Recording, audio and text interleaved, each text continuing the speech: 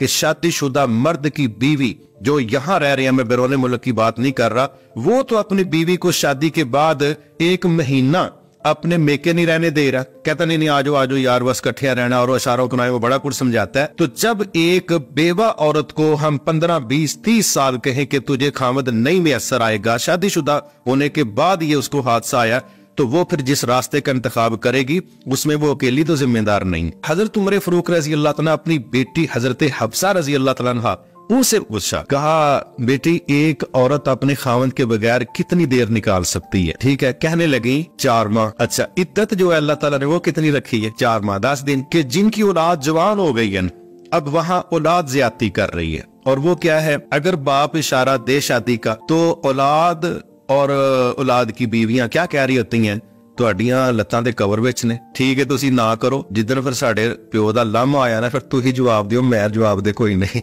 तो कहते ठीक है हुण तुसी कर लो। हमारे माशरे में कहा जाता है कि माशरती गुनाह है दूसरी शादी करना, क्योंकि इस माशरे में एग्जाम्पल्स नहीं है, और सऊदी अरेबिया दूसरे गल्फ कंट्रीज में तो 4 शादियां आम बात है। तो ये बताइएगा कि हमें आज तक ये नहीं पता चल सका कि 4 शादियों की इजाजत है हमें, या ये फर्ज है कि 4 ही करो, और अगर एक से दूसरी करनी है तो उसके पीछे रीजन क्या होनी चाहिए? मुझे तो वजह नहीं समझ आती कि दूसरी शादी क्यों करे बंदा। ये आपने बड़ा गहरा किस्म का और हसास किस्म का मुआशरती सवाल उठाया भाईजान।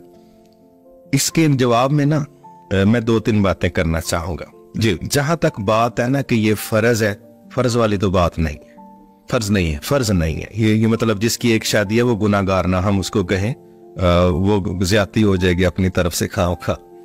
दूसरी बात यह है कि जहां तक सुन्नत है, इससे मुराद ये है कि अगर कोई करना चाहे तो उसके पास ऑप्शन है 4 की हद तक, यानी ऑप्शनली ये बात की गई है, इसको फर्ज करार नहीं दिया गया।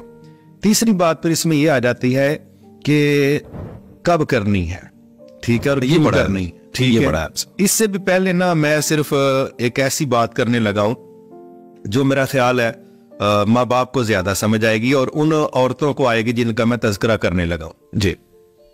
क्या आप सोच सकते हैं कि मिलियंस के हिसाब से पाकिस्तान के अंदर ऐसी लड़कियां मौजूद हैं, या तो उनकी उम्र 40 के करीब हो चुकी है, और अगर 40 के करीब नहीं तो 30 को क्रॉस जरूर कर चुकी जी, एक ये तादाद है। अच्छा, फिर पाकिस्तान के अंदर एक बहुत बड़ी तादाद वो बेवा औरतों की है। चले मैं मुतलका की बात नहीं करता, मैं ओवर एज की बात नहीं करता, मैं ऐसी औरतों की बात करता हूं जिनका खावंद बीमारी की वजह से एक्सीडेंट में फौत हो गया। अब मुझे बताएं कि ऐसी शादीशुदा औरत जिसका खावंद फौत हो गया वो बेवा है, क्या कोई मां अपने बेटे कंवारे के लिए इस शादीशुदा औरत को ब्याहने के लिए तैयार है? नहीं, कुआरा खुद भी तैयार नहीं है, कुआरा भी तैयार नहीं, ठीक है। अब फिर आपके पास आगे 2 ऑप्शन। एक ऑप्शन ये है कि उसको बेयारो मददगार छोड़ दो, और ये बेवा वो औरत है चंद दिन ये अपनी भाइयों की आंखों का तारा होगी, चंद दिन अपने बाप के लिए ठीक ठीक चलेगी, काबिल रहम और काबिल तरस। जो वक्त गुजरेगा पहले तो भाभियां फील करवाएंगी ना कि अल्लाह का वास्ता है हमारी जान छोड़ दो। थोड़ा वक्त गुजरेगा, भाभियों की वजह से कह ले, जिस वजह से कह ले, भाई भी उसको बोझ समझेंगे।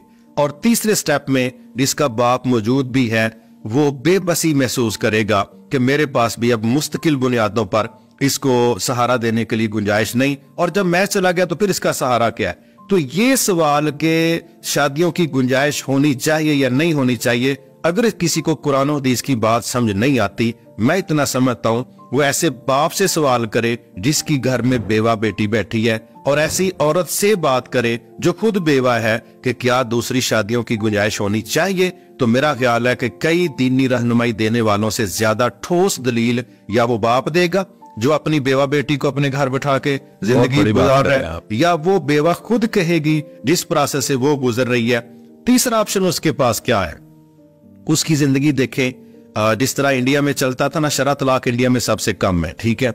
हमारे यहाँ क्या चलता है, कोई बेवा औरत अच्छे कपड़े पहनेगी उसको तनकीद का सामना है, अच्छा जूता पहनेगी तनकीद का सामना है, वो हंस के बात करेगी तनकीद का सामना है, वो जरा तैयार हो लेगी तो आप देखिएगा कि उसके करीब भी उसको आंखों की जुबान से क्या क्या समझा देते हैं कि भाई लगता है कहीं सेटिंग होने जा रही है। यानी उसका जीना ऐसे ही है कि जैसे बंदा फौत हो गया तो अब ये फौत हो ही जाए तो बेहतर है। अब ये मायूसी वाला रास्ता है।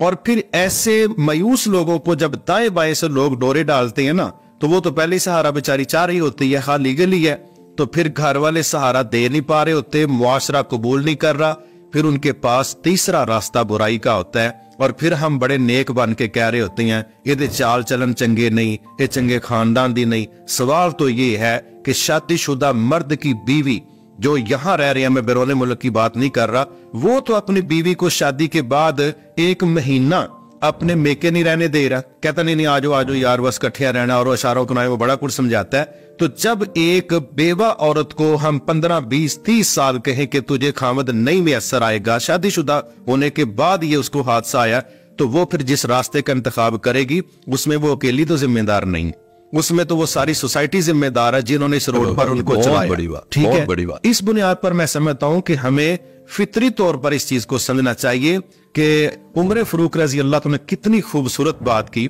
उनसे वो किसी रात गश्त पर थे तो उन्होंने कुछ शेर सुने, कोई औरत शेर पढ़ रही थी जिसमें ना तासर था अपने खामद की गैर मौजूदगी का, परेशानी का। तो उन्होंने ना बड़े परेशान हुए कि यार ये किस तरह की इसने बातें की हैं। तो डिटेल ली तो पता चला कि उसका खामद किसी महाजे जंग पर गया हुआ है। तो हजरत उमर फारूक रजी अल्लाह तआला अपनी बेटी हजरत हफ्सा रजी अल्लाह तआला अन्हा उनसे पूछा, कहा बेटी एक औरत अपने खामद के बगैर कितनी देर निकाल सकती है? तो वल्लाह वो लोग बड़े ही समझदार थे, अल्लाह की कसम, और अल्लाह ने उनको बसीरत, तकवा, शऊर का अरूज अता किया। तो वो क्या कहने लगी, उस दौर की बात, ठीक है, कहने लगी 4 माह। अच्छा, इद्दत जो है अल्लाह ताला ने वो कितनी रखी है? 4 माह 10 दिन। ठीक है, इसका मतलब है सबसे बड़ा सदमा खामद की फौतगी पर बीवी को पहुंचा है, तो उसको जो सब्र के लिए टन्योर मिला वो मिला 4 माह 10 दिन। इसका मतलब है 4 माह 10 दिन के बाद अब बतौर इंसान उसकी जरूरियत है कि नहीं है? हम 4 माह 10 दिन की बजाय उसको कह रहे हैं कि 15-20 साल ऐसे ही गुजारा कर, अपने रह के ना मायके दूसरों के बच्चों को उनके पैम्पर बदलो, घरों की सफाइयां करो और आपको 2 रोटियां मिल जाया करेंगी। ठीक है, ये हम जब उसको जिंदगी देना चाहेंगे तो ये मुआशरे की ज्यादती नहीं तो और क्या है। और क्या ये 2010 केस है कि जिसको हुकूमत या कोई फैसिलिटेट कर दे? ये जब आप गूगल पे जाके देखेंगे आपको पता चलेगा ये बहुत बड़ी तादाद है। इसके अंदर वो रंडवे मर्द भी तो है ना जिनकी बीवियां, उनको नहीं आपने कैलकुलेट किया कि यार वो भी तो एक नेचुरल प्रोसेस है। दुनिया में सिर्फ औरतें ही तो नहीं मार रही ना, मर्द भी मार रहे हैं। वो है तो सही उनका मसला, लेकिन हमारे मुआशरे की उन दोनों को होना चाहिए जिसकी बीवी भी इंतकाल कर गई, ऐसे भी बड़े मर्द है। वो ना हमारे दोस्त है कि या ऐसा तो नहीं कि वो मर्द कुंवारियां ढूंढते हैं। देखिए इसमें तो यही कहते हैं ना कि भाई अगर थोड़ी देर ठहर जाते ना और तो मोबाइल और घड़ी पहले से बेहतर मिल जानी थी, यही सोच बाज लोगों की इसी तरफ होती है। लेकिन वो स्टैंडर्ड के चक्करों में बाज औक़ात मुनासिब चीज भी हासिल करने से महरूम रहते हैं। ये जिस तरह औरतों का मसला है ऐसे ही मर्दों का मसला है। लेकिन वहां पर क्या है कि जिनकी औलाद जवान हो गई है, अब वहां औलाद ज्यादती कर रही है। और वो क्या है, अगर बाप इशारा दे शादी का तो औलाद और औलाद की बीवियां क्या कह रही होती हैं, तुहाडियां लत्तां दे कवर विच ने ते तुहानू आखिरत दी तैयारी करनी चाहिए। अच्छा भाई, एक बंदे की बीवी फौत हो गई है 40-50 साल की उम्र में, 50 साल की उम्र में जिसकी बीवी फौत हो जाए, बच्चे तो उसके भी जवान ही होते हैं, लेकिन उसको रोका जा रहा है कि शादी की तरफ नहीं जाना। तो मुझे याद आ गई आपकी ये बात, हमारा एक भाई था तो कहने लगा हमारी अम्मी फौत हो गई तो हमने कहा कि अपने अब्बू की हमने शादी कर दे रही है। तो कहते हैं कि खुबियां जो थी ना मेरी वो बड़ी मुखालफत करने लगी कि नहीं नहीं शर्म करो, तुसी केड़ी गल करदे पे हो, अब्बा जी दी आखिरत दी तैयारी दा वक्त है ते तुसी शादी दी गल्लां करदे हो। कहता मैंने बड़ी दलीलें दी इधर से उधर से, कोई ना माने। कहते मैंने ना एक दिन पुफियों को बिठा के कहा ठीक है तुसी ना करो, जिधर फिर साडे प्यो दा लामा आया ना फिर तू ही जवाब दियो, मैं जवाब दे कोई नहीं। तो कहते ठीक है हुण तुसी कर लो। अब ये है कि जब हम हादसे का शिकार होते हैं तो फिर हम थिंक टैंक बिठाते हैं कि जनाब अब देखो कि ये क्यों हुआ। तो ये तो पहले बिठाने वाली जरूरत है, मर्दों की भी जरूरत, औरतों की भी जरूरत। मसला सिर्फ फिजिकल अटैचमेंट का नहीं है भाई। मैं ये समझता हूं कि वक्त गुजरने के साथ साथ फिजिकल रिलेशन ना भी हो, वो जो दिल की बात कहने की जगह खामद के पास बीवी और बीवी के पास खामद है ना, यकीन करें औलाद भी वो स्टेटस हासिल नहीं कर पाती। तो मैं समझता हूं कि उस वजह से बहुत ज्यादा जरूरी ये हो जाता है कि एक ऐसा साथी जहां आप खुल के हर बात कह सकें, वो मियाँ बीवी से बढ़ के पूरे एतमाद जगह मुझे तो कोई दूसरी नजर नहीं आती।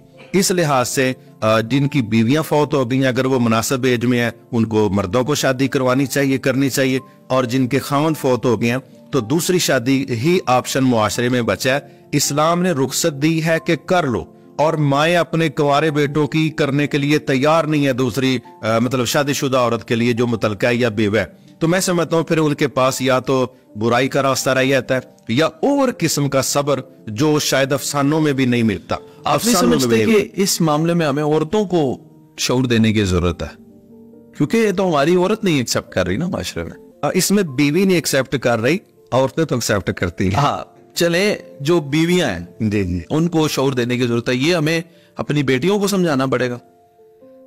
देखिए, इस्लाम एक ऐसा दीन है जो सबका खैर खा है। इसको थोड़ा देखना चाहिए, किसी मर्द का पैदा करदा नहीं, किसी औरत का पैदा करदा नहीं, किसी दो चार सरों के जोड़ के तख्लीक किया गया ये कोई सिस्टम नहीं। इस्लाम है इंसानों के खालक का दीन। उसको सारा पता है कि इनकी कमजोरियां क्या है। वो आंखों की खयानत को भी जानता है, वो दिलों के अंदर छुपी बातों को भी जानता है, वो हमारी तन्हाइयों को, हमारी मजलिसों को जानता है। हमारे जो वीक पॉइंट है ना, उनको अल्लाह ताला जानता है। अब वो वीक पॉइंट्स में से एक ये अट्रैक्शन, अब देखो ना उसका मसला है, उसने जन्नत में इतनी नेमतों का तज़किरा किया तो 7 हूरों का तज़किरा किया कि नहीं किया। अब उसको पता है कि इनके इसके अंदर जो मैंने एक हिस्स रखी हुई है, और औरतों को भी ये समझाया गया कि माँ तश्तही, जो जन्नत में आ जाएगा, ये नहीं कि मर्दों को ही हूरें मिलेंगी, औरतों का जो फेवरेट मर्द है उनका अल्लाह ताला उनके खावत को बना देगा इंशाल्लाह। हकीकत ये है कि ये सारे मुआशरे को इस तरीके में कबूल करना चाहिए। इस तरह कौमी सतह पे कोई इश्यूज होते हैं तो बंदा देखता है कि एज ए कौम हमें किन किन चैलेंजेस का सामना है। उनमें से एक ये चैलेंज है कि भाई या तो हम अपनी बहू बेटियों को गलत रास्ता अख्तियार करने पर धकेल दें कि जाओ भाई वो तुम्हारी जिंदगी और वो तुम्हारा गंदा रास्ता है, और या फिर हम अपने कौमी सतह पे खैर के रास्ते को कबूल करने के लिए सबको ये ज़हन दें। वल्लाह सहाबा से बढ़ के शरीफ कोई नहीं, सहाबा से बढ़ के शरीफ कोई नहीं, नबी सल्लल्लाहु अलैहि वसल्लम से बढ़ के नेकी का कोई तसव्वुर नहीं कर सकता। अगर हमें कोई ऑप्शन दिया जा रहा है, मिसाल के तौर पे मैं एक और खुली बात कहूं, एक मर्द है, वो शादीशुदा है, बाहर के मुल्क में रह रहा है, कितने हादसात पीछे पैदा हो रही हैं, कितने हादसात बाहर पैदा हो रही हैं, ये सबको पता है कि कौन कहां पर क्या कर रहा होता है। ठीक है, अगर वही चीजें लीगल हो जाए तो मैं समझता हूं सिंगल किस्म की परेशानी है, सिंगल किस्म की। कोई यही कहेगा ना कि इनके घरों में फड्डा है, झगड़ा, ये हो सकता है।